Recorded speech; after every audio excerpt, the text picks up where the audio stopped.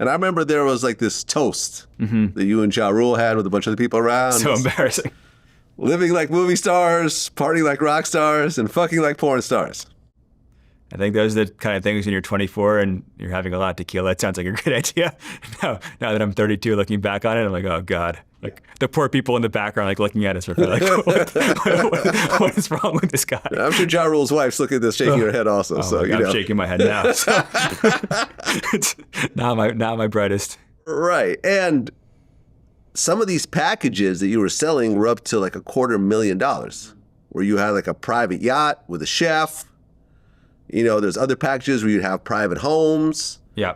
And these packages, in 48 hours, 95% of the tickets got sold out. I think what happened was we put a $250,000 ticket, like almost as a joke. We did have a real plan to provide a package that was far superior than the cheaper tickets, but we didn't expect anybody to buy it. And someone bought it within an hour. They're like, all right, let's put a $500K one up as a joke too. And then someone bought that in an hour. So you sold a $500,000 ticket package. So it kind of became this thing where we didn't think this was going to happen. And then they started selling. And that was wild. I mean, this is insane when you really, the fact that someone would spend $250,000, or actually $500,000 on a company that's never done this before, that doesn't really have a real history of shows. I mean, yeah, you've had your smaller shows, but not on this level. Nowhere near this magnitude. Nowhere near this magnitude. It's really just kind of insane. I think what made it happen were these trips that we did so many times with Magnesis and eventually with the models and with various Fyre artists to the islands. In a way, there were many Fyre festivals. And obviously 30 people was a far different operation than 3,000 people. Yeah. But we did these many Fyre festivals and they would come back and say how great they were. And that was our sales pitch. So yeah, we had done it right on the small scale, and it just didn't have the ability, and I was lying to investors, to scale it up by 100 times. Okay, who were buying these $250,000 and $500,000 tickets? Yeah, I think surprising people, right? And once again, not going to drop names here, but we had a finance guy in Texas that every week would call us and be like, "Hey, I want to upgrade my package," and just rent his car for their $100,000 to get something else. And great guy, he never asked for his money back, which is kind of wild. Okay, but a lot of it was the who's who of the finance and tech world. And I think one of the biggest moments where we really fucked up was the day of the festival. There was a large marina there. We didn't build the marina, but we had rented out a large portion for the festival. The number of very well-known A-list people who were pulling up either on their yachts or yachts they chartered or yachts of some billionaire they knew who didn't have tickets. Well, that's when the investors looked at me. It's you really fucked up, right? That was the profit right there. And there was dozens and dozens of the who's who of the world is pulling up in their boats the day of, unannounced. So or so they think. So they think, right.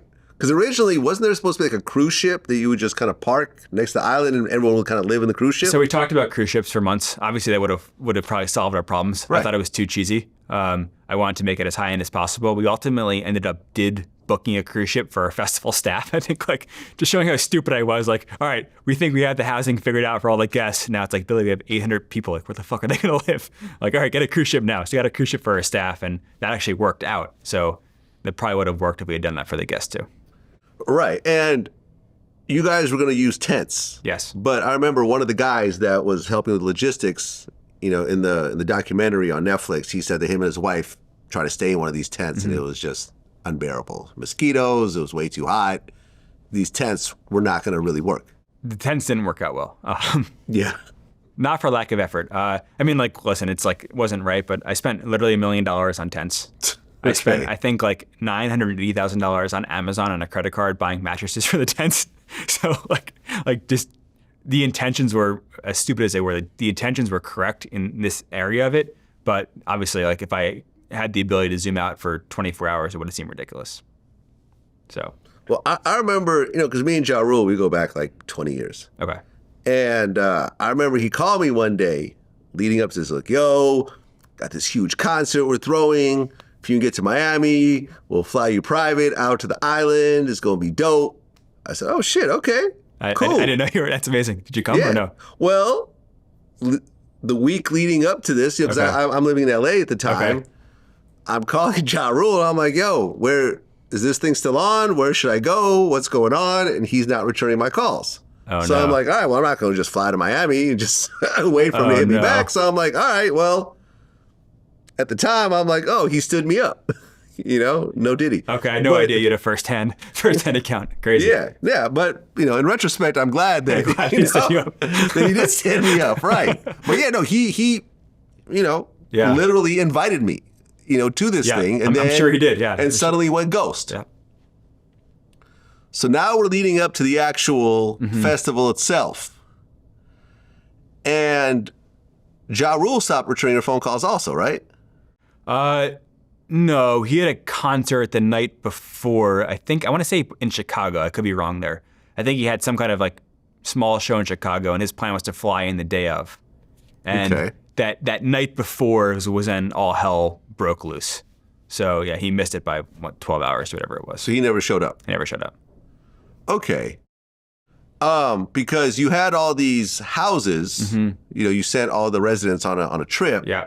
But there's a guy with all the keys to the houses, and I guess the guy disappeared or he lost the keys or? Yeah, I think like I was ultimately the one at fault for everything, and like I hate passing the blame, but that motherfucker who got rid of those keys, man, like that crushed us. So when we literally chartered 2 737 jets.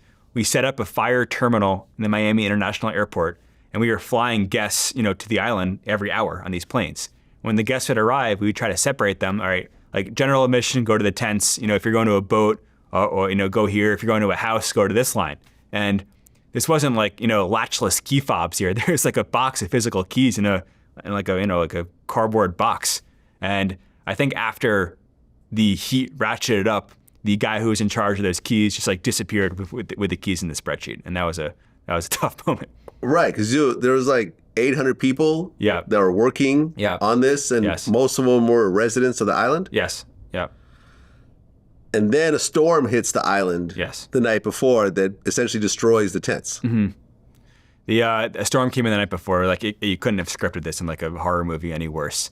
And we have an intern whose dad was like one of our major investors, and we give the intern a key, and there's like a giant, I forget what they call the trucks that carry the containers, like one of the giant trucks, right? Yeah. Like he's like a 17-year-old kid. He gets in the truck, and we spend all this money and time building our water system, and he runs over the water line. So he knocks out the water. So like now the drinking water, the bathrooms, the bar areas, like all the water to the entire like came down to one source, and they're like literally just like crushed it with the trucks. Like, oh fuck, like this is happening. The storm's like going away, and like it wasn't his fault, right? It was like there's like 20 things that all kind of happened at one time that just collapses.